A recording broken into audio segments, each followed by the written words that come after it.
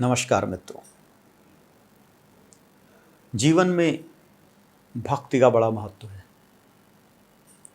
भक्ति इस तरह होनी चाहिए कि व्यक्ति अपना सर्वस्व प्रभु के ऊपर न्यौछावर कर दे, अनन्य रूप से प्रभु को ही समर्पित हो जाए, बदले में कुछ भी इच्छा न करे। क्योंकि जहाँ पे आपने बदले में मांग लिया, बदला कुछ भी मांग लिया, वो भक्ति नहीं हुई, वो तो सौदा हो गया। और जहाँ सौदा है वहाँ प्रेम नहीं है। प्रेम समर्पण करता है और बिना किसी शर्त समर्पण करता है। जहाँ शर्त लगा दी आपने, वहाँ समर्पण कंडीशनल हो गया, वहाँ आपने सौदा कर लिया। हे प्रभु, मैं आपके पास आया हूँ, आपके पास प्रसाद चढ़ा रहा हूँ, आप अपना सिर आपके आगे झुका रहा हूँ, अपना विचार आपको समर्पित करना हूँ, भावनाएं समर्पित कर रहा हूँ, इसके बदले आप मेरे बेटे की नौकरी लगा दो। तो ये पूजा नहीं हुई, यह भक्ति नहीं हुई, यह समर्पण नहीं हुआ, ये एक सौदा हो गया। और यह सौदा बड़ा ही बुरा सौदा है। यह सौदा आप अपने ईगो का सौदा कर रहे हो।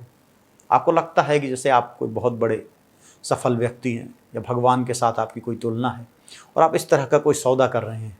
और ईश्वर को आप ऐसा सोच रहे हैं कि जैसे वह अपनी प्रार्थना का भूखा है। जिस तरह कोई बड़े राजा महाराजा चाहता है कि छोटे राजा महाराजा उसके सामने सर झुका ले, उस तरह ईश्वर शायद चाह रहा है कि वो आप उसके सामने सर झुका लो।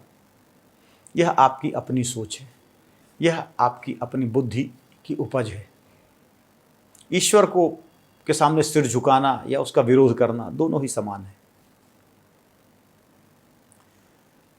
ईश्वर की भक्ति, उसके प्रति पूर्णतः बिना किसी शर्त आपका 100% समर्पण है, जो सहज भाव से आता है। जिस तरह नदी बहती है, जिस तरह हवा बहती है, जिस तरह समुद्र में लहरें उठती हैं, उसी तरह स्वाभाविक रूप से जब भक्ति आपके अंदर आती है और अपने आप प्रभु को समर्पित हो जाते हो, वही सच्ची भक्ति होती है।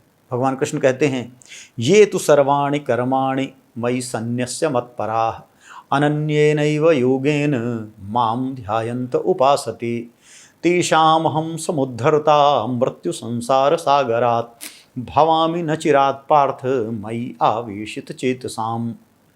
ये तो सर्वाणि कर्माणि, अर्थात जो सभी कर्मों को मयि सन्न्यस्य, मेरे में ही समर्पित कर देते हैं, मत्पराः, और मेरी ही हो जाते हैं। अर्थात कर्म तो करते हैं वो, संसार में जो भी कर्म कर रहा है, लेकिन ऐसे समर्पण कर देते हैं, ऐसा प्रतीत होता है, ऐसा भान होता है कि बस प्रभु ही कर रहे हैं। हे प्रभु, मैंने अपने सारे कर्म तुझे समर्पित कर दिए हैं, इसका कुछ भी परिणाम आए, अच्छा हो बुरा हो, बस तू ही जान। मैं तो तेरा हूँ, तेरे अलावा किसी को जानता ही नहीं, ना मेरे अंदर इतनी शक्ति कि मैं काम कर सकूँ, ये तो तुम्हारी ही शक्ति है कि मैं काम कर रहा हूँ। ये तो सर्वाणि कर्माणि मयि सन्न्यस्य मत्पराः अनन्येनैव योगेन मां ध्यायन्त उपासते। अनन्येनैव योगेन, इसके अलावा कोई और कुछ योग नहीं है, इसके अलावा कुछ भी नहीं कर रहे हैं। अगर कोई व्यक्ति दो नाव पे पांव रखता है तो इसका मतलब है उसे किसी भी एक नाव पे भरोसा नहीं है।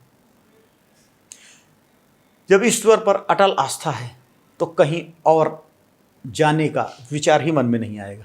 अगर आपके अंदर विचार आ रहा है तो इसका मतलब है कि आपकी आस्था में कमी है। आस्था में कमी है तो प्रयत्नों में कमी अवश्यम भावी हो गई। इसलिए अनन्येनैव योगेन, इस योग के अतिरिक्त, इस भक्त की योग के अतिरिक्त और कोई योग को मत पकड़ो। अगर आप थोड़ी सी भक्ति योग पकड़ते हो, थोड़ा सा कर्म योग पकड़ते हो, थोड़ा सा ज्ञान योग पकड़ते हो, तो आप कोई भी योग नहीं पकड़ते, आप कुछ नहीं पकड़ते। आप एक मूर्ख व्यक्ति हो और आपका ना इस संसार में कुछ हो सकता, ना आत्मिक जगत में आपका कुछ हो सकता, क्योंकि आप कन्फ्यूज्ड पर्सन हो। इसलिए भगवान कहते हैं अनन्येनैव योगेन मां ध्यायन्त उपासतः, मेरी उपासना करे, ध्यान लगाए तो भी मुझे ही देखे, काम करे मुझे समर्पित कर दे, फल आए वो भी मुझे समर्पित कर दे, मेरे अलावा कुछ सोचे ही न।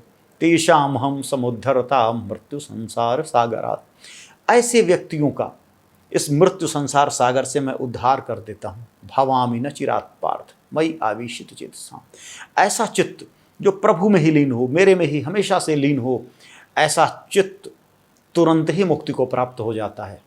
मयि भवामि न चिरात् पार्थ, तुरंत मयि आवेशित चेतसाम। जो चित्त है आपका, यही आपको स्वर्ग में ले जा सकता है और यही आपको नरक में ले जा सकता है। जो आपका चित्त है, आपका जो मन है, जो आपकी अंतरात्मा है, उसका यह द्वार है, अंतरात्मा का द्वार है। जब आप विषयों के प्रति आकृष्ट होते हो, वासनाओं के प्रति आकृष्ट होते हो, इंद्रियां उस ओर दौड़ने लगती हैं, मन उस ओर दौड़ने लगती हैं, तो धीरे धीरे आप गलत रास्ते पे जाने लगते हो। और जब आपने अपना समस्त प्रभु को समर्पित कर दिया तो आप गलत रास्ते पे जा ही नहीं सकते, और जो भी कार्य करोगे उस पर आपको सफलता ही मिलेगी।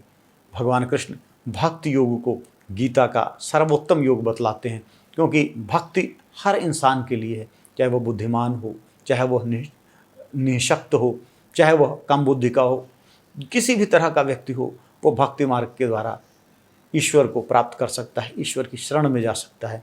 और भक्ति मार्ग के द्वारा इस जीवन में हमने देखा है कि किस तरह से लोग सिद्धि को प्राप्त कर लेते हैं। कई व्यक्ति हैं जिनमें उतने गुण नहीं होते, लेकिन उनके अंदर एक गुण होता है, विश्वास पात्रता, वो अर्जित कर लेते हैं, लोगों के विश्वास पात्र बन जाते हैं, और विश्वास पात्र बनने के कारण उनको उच्च पद मिल जाते हैं।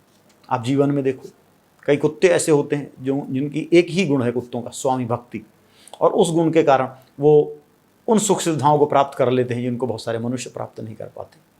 भक्ति का अपना अलग महत्व है, और जिसके अंदर भक्ति है उसके अंदर शक्ति अपने आप आ जाती है। क्योंकि जब व्यक्ति अपने आप संपूर्ण समर्पण कर देता है, बिना किसी लालच के, बिना किसी लोभ के, तो प्रभु उसके लिए खुद काम करते हैं, उसके अंदर शक्ति अपने आप दे देते हैं। हरि ओम तत्सत।